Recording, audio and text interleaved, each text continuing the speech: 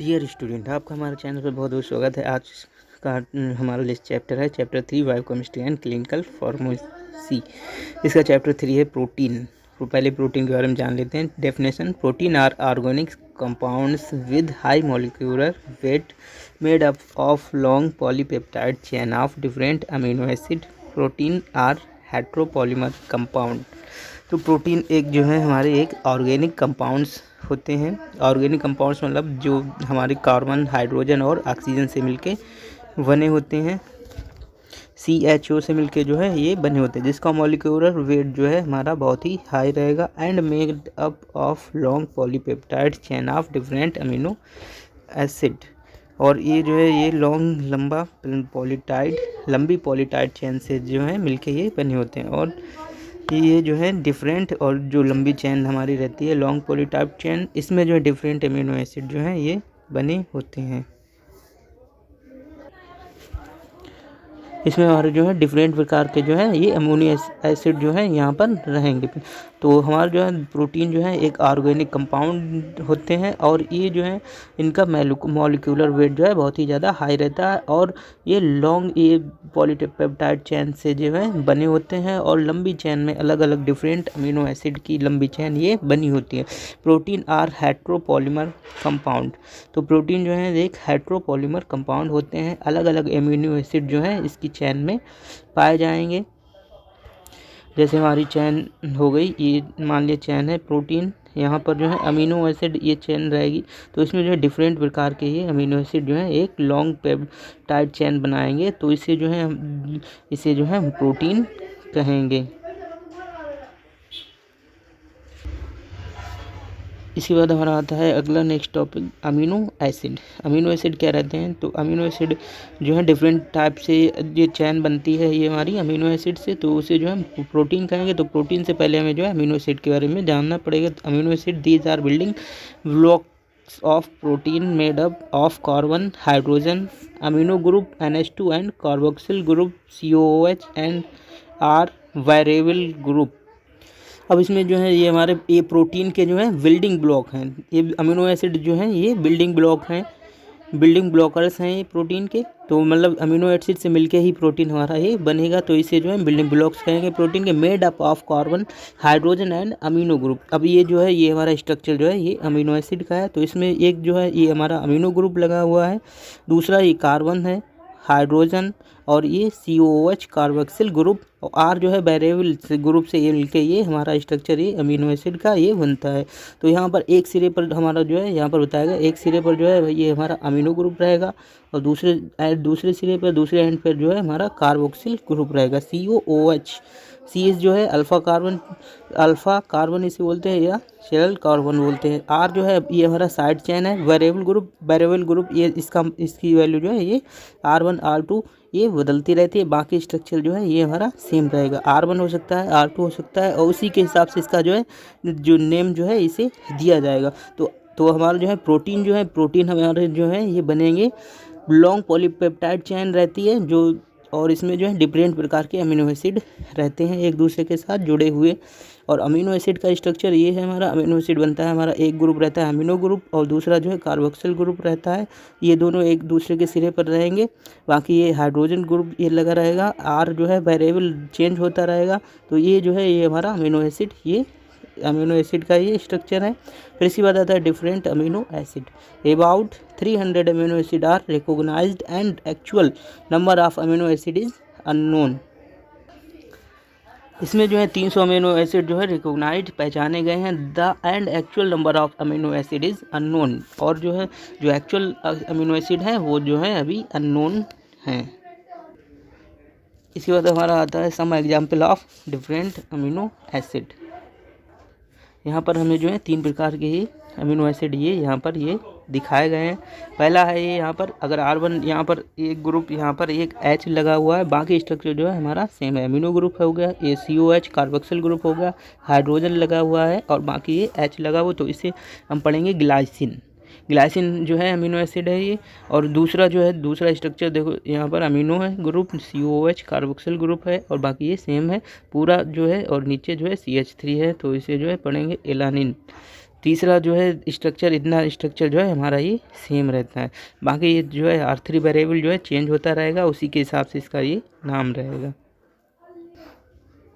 यहाँ पर इसका नाम है सीरीन, ये वाला जो है एलानिन है, ये वाला सीरीन है। इसके बाद आता है हमारा next topic polypeptide chain. Polypeptide chain को जान लेते हैं। When a large number of amino acid 100 और more are liked together by polypeptide bond is called polypeptide chain.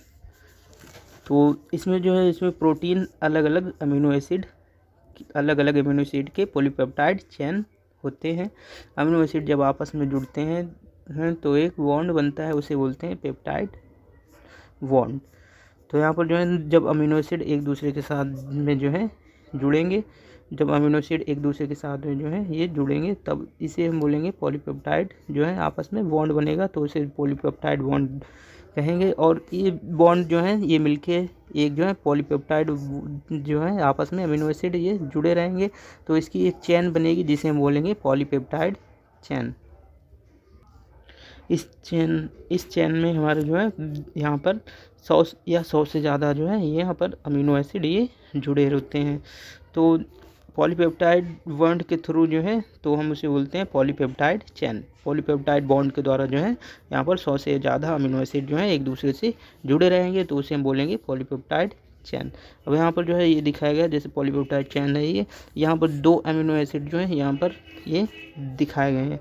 तो यहाँ पर जो है ये हमारा हो जाएगा, ये अमीनो ग्रुप ये वाला लगा हुआ है, ये वाला अमीनो ग्रुप हो गया अमीनो, फिर COOH, और इधर वाला ये COH, और ये जो है ये अमीनो ग्रुप है। अब जब दोनों ये मिलके ये हाइड्रोलिसिस करेंगे तो H2O जो है हमारा ये बाहर निकल जाएगा, और यहाँ पर जो है बॉन्ड हमारा रहेगा जिसे बोलेंगे पॉलीपेप्टाइड, जिसे बोलेंगे पेप्टाइड बॉन्ड। तो इसी प्रकार से आगे भी हमारा अमीनो एसिड यहाँ पर जुड़ा रहेगा, दूसरा अमीनो एसिड, तो बीच में हमारा जो है बॉन्ड बनेगा पॉलीपेप्टाइड बॉन्ड।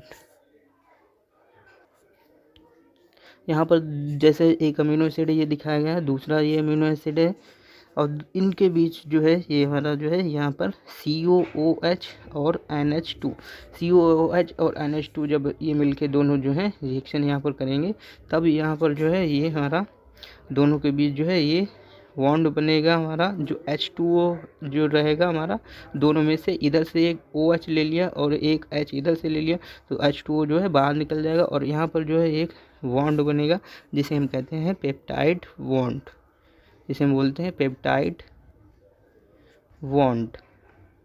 तो इस प्रकार जो है 2 अमीनो एसिड के बीच में ये दिखाया गया है। तो ऐसे ही 100 से ज़्यादा अमीनो एसिड रहेंगे तो उनके बीच जो है हमारा बॉन्ड बनेगा, तो उसे हम बोलते हैं पॉलीपेप्टाइड चेन।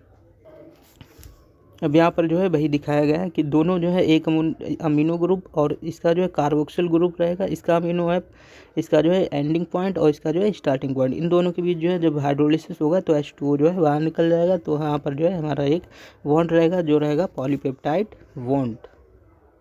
इसके बाद हमारा नेक्स्ट टॉपिक आता है classification of amino acid on the basis of chemical nature. पहला जो है न्यूट्रल अमीनो एसिड।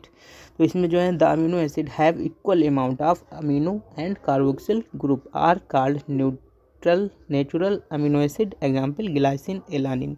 तो इसमें जो है इसमें बताया गया है कि ये बे अमीनो एसिड जिसके अंदर जो है अमीनो ग्रुप और जो है कार्बोक्सिल ग्रुप दोनों जो है हमारे इक्वल रहते हैं, दोनों जो है बराबर हों, तो उसे जो है हम बोलेंगे न्यूट्रल अमीनो एसिड। जैसे हो गया ग्लाइसिन, एलानिन।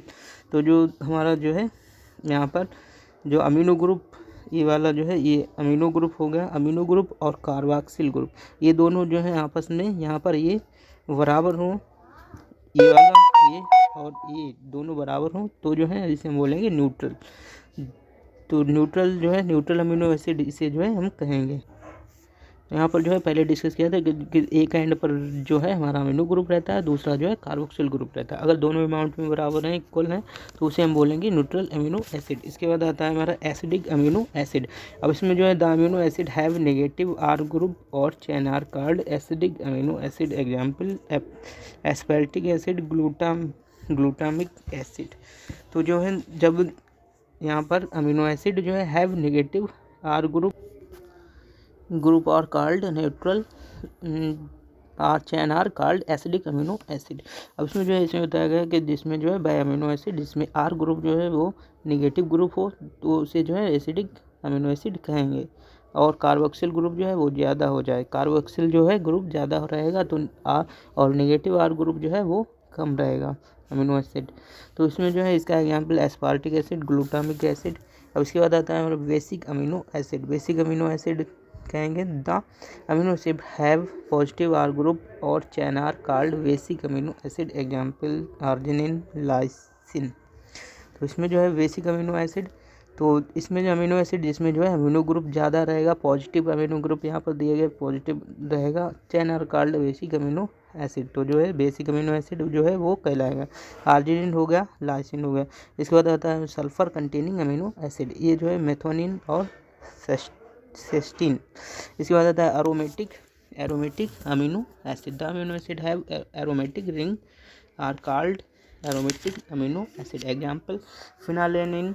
तो इसमें जो है अमीनो एसिड ऐसा रहेगा जिसमें जो है हमारे एरोमेटिक रिंग जो है एरोमेटिक रिंग आएंगे तो उसे जो है बोलेंगे एरोमेटिक अमीनो एसिड, एग्जाम्पल के रूप में फिनालेनिन। इसके बाद हमारा next topic classification of amino acid on the basis of nutritional requirement. जो न्यूट्रिशन है उसके रिक्वायरमेंट के हिसाब से अमीनो एसिड कितने प्रकार के रहते हैं। तो पहला essential amino acid. The amino acid are not synthesised in the body and are obtained from dietary sources are called essential amino acid. तो जो अमीनो एसिड जो है हमारी बॉडी में सिंथेसाइड जो है नहीं होते हैं तो उन्हें जो है ऑब्टेन बाहर से लिया जाता है, डाइटरी सोर्स वगैरह से हो गया, तो जो है उसे हम एसेंशियल आवश्यक अमीनो एसिड कहेंगे। तो इसके एग्जाम्पल यहाँ पर दिया गया है वीआईपी हाल में टीटी। तो ये जो है ये हमारी ट्रिक है और इसकी फुल फॉर्म रहती है वैलिन हो गया, आइसोल्यूसिन, फिनालेलिन, हिस्टाडीन, ये सभी जो है ये रहते हैं एसेंशियल अमीनो एसिड, जिसे जो है हमारी बॉडी जो है खुद नहीं बना पाती और इन्हें जो है बाहर से खाना पड़ता है, एसेंशियल बाहर से लेना पड़ता है। तो इससे जो हमारी बॉडी में जो है ये अमीनो एसिड सिंथेसाइज्ड नहीं रहते हैं तो इसे जो है एसेंशियल अमीनो एसिड कहेंगे। दूसरा है non essential amino acid. The amino acid are synthesised in the body and are non essential amino acid. तो ये जो है ये हमारी बॉडी जो है हमारी खुद बना लेती है आसानी से और इन्हें जो है लेने की आवश्यकता नहीं पड़ती है, तो इसे जो बोलते हैं नॉन एसेंशियल अमीनो एसिड। तो ये जो है दोनों न्यूट्रिशन के बेस पे थे अमीनो एसिड का क्लासिफिकेशन। उसके बाद आते हैं जो हमारे एसेंशियल अमीनो एसिड हैं वो हमारे जो है कौन से हैं। तो ये हो गया वैलिन हो गया, आइसोल्यूसिन हो गया, फेनाइलिन हो गया, histidine, arginine, leucine, lysine, methionine, tryptophan. अगला जो है non essential glycine, tyrosine, proline, cysteine, aspartic acid, alanine, serine, hydroxyproline और जो है सिस्टीन। तो इसकी जो है हमारी एक ट्रिक रहती है इसका जो है अच्छा ले लेंगे शुरुआत वाला वीआईपी हॉल में टीटी। इसके बाद हमारा नेक्स्ट टॉपिक आता है biological role of amino acid. तो बायोलॉजिकल रोल जो है प्रोटीन की जैव भूमिका क्या है। तो पहला है हमारा they are building blocks of proteins. ये बिल्डिंग ब्लॉक्स ऑफ प्रोटीन है, प्रोटीन इन्हीं से जो है मिलके ये बना रहता है, बिल्डिंग ब्लॉक्स ऑफ प्रोटीन है। They are source of energy during long term starvation after consumption of stored carbohydrate and fats. ये एनर्जी प्रोवाइड करते हैं जब आदमी जो है लॉन्ग टाइम ज़्यादा दिनों तक भूखा रहता है। तो पहले कार्बोहाइड्रेट यूज़ होते हैं, फिर जो है लिपिड यूज़ होते हैं, फिर ये प्रोटीन टूट के अमीनो एसिड जो है बनता है और अमीनो एसिड एनर्जी प्रोवाइड कराता है। भूखे रहने पर जब कार्बोहाइड्रेट और फैट जो स्टोर होती है वो ख़त्म हो जाते हैं तो इसके बाद जो है तीसरे नंबर पर प्रोटीन जो है यूज़ होता है और यूज एज एनर्जी के रूप में यूज़ होता है। तीसरा जो इसके बाद है some of them are used as neurotransmitter. तो ये जो है ये हमारे कुछ अमीनो एसिड ऐसे हैं जो न्यूरोट्रांसमीटर के लिए भी जो है न्यूरोट्रांसमीटर के तौर पर यूज होते हैं। इसके बाद हमारा topic classification of protein on the basis of composition के आधार पर जो है कंपोजिशन के आधार पर प्रोटीन का जो है क्लासिफिकेशन ये रहता। पहला जो है स्ट्रक्चर के आधार पर था, दूसरा जो है न्यूट्रिशन के आधार पर, अब जो है जो यहाँ पर कंपोजिशन के आधार पर जो है इसे इतने भागों में बांटा गया। प्रोटीन जो है सिंपल प्रोटीन रहेगा, दूसरा जो है कॉन्जुगेटेड मतलब जो है मिलके ये बना रहेगा, तो तीसरा जो है डिराइव्ड प्रोटीन, डिराइव्ड मतलब हीट वगैरह ये करके जो है यहाँ पर ये प्राप्त किया जाता है। पहला है सिंपल प्रोटीन। सिंपल प्रोटीन के दो पार्ट हैं, ग्लोबुलर और जो है फाइब्रस।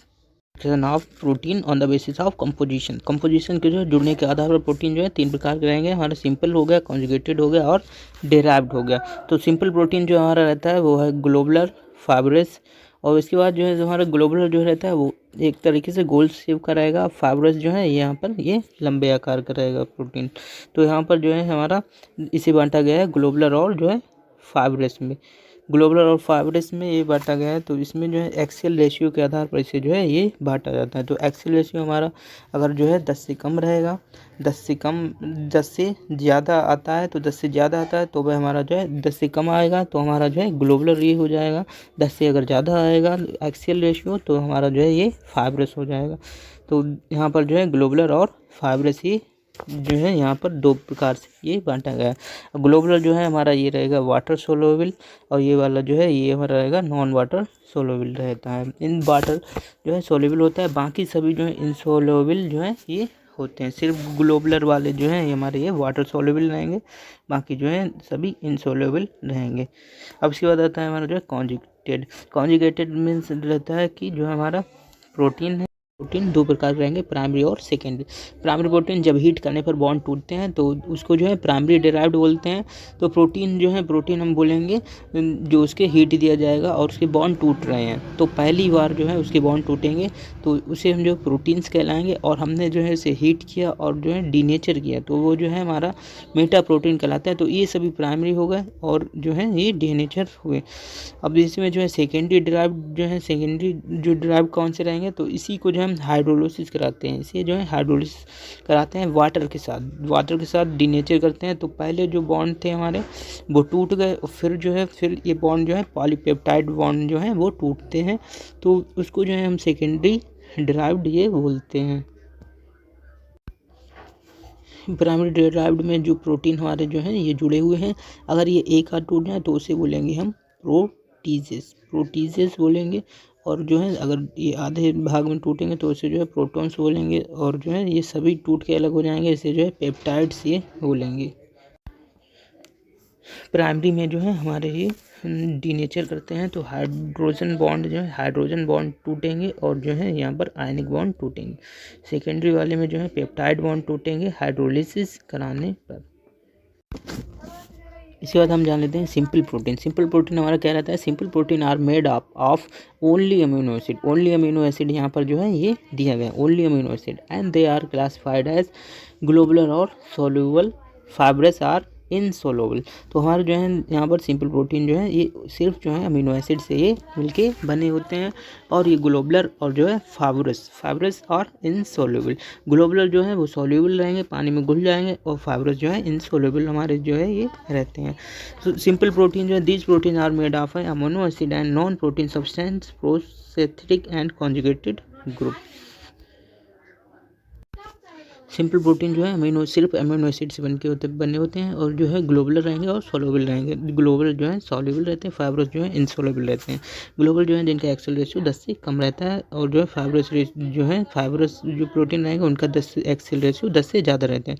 इसके बाद आते हैं कॉन्जुगेटेड प्रोटीन। कॉन्जुगेटेड हमारे प्रोटीन जो है ये मेड ऑफ अमीनो एसिड से मिलकर बने रहेंगे, और दूसरे जो है प्रोटीन नॉन प्रोटीन सब्सटेंसेस में जो है ये हमारा रहेगा। एक अमीनो एसिड हो गया, दूसरा जो है नॉन प्रोटीन सब्सटेंस से मिलकर ये हमारे कॉन्जुगेटेड ये प्रोटीन बने होते हैं।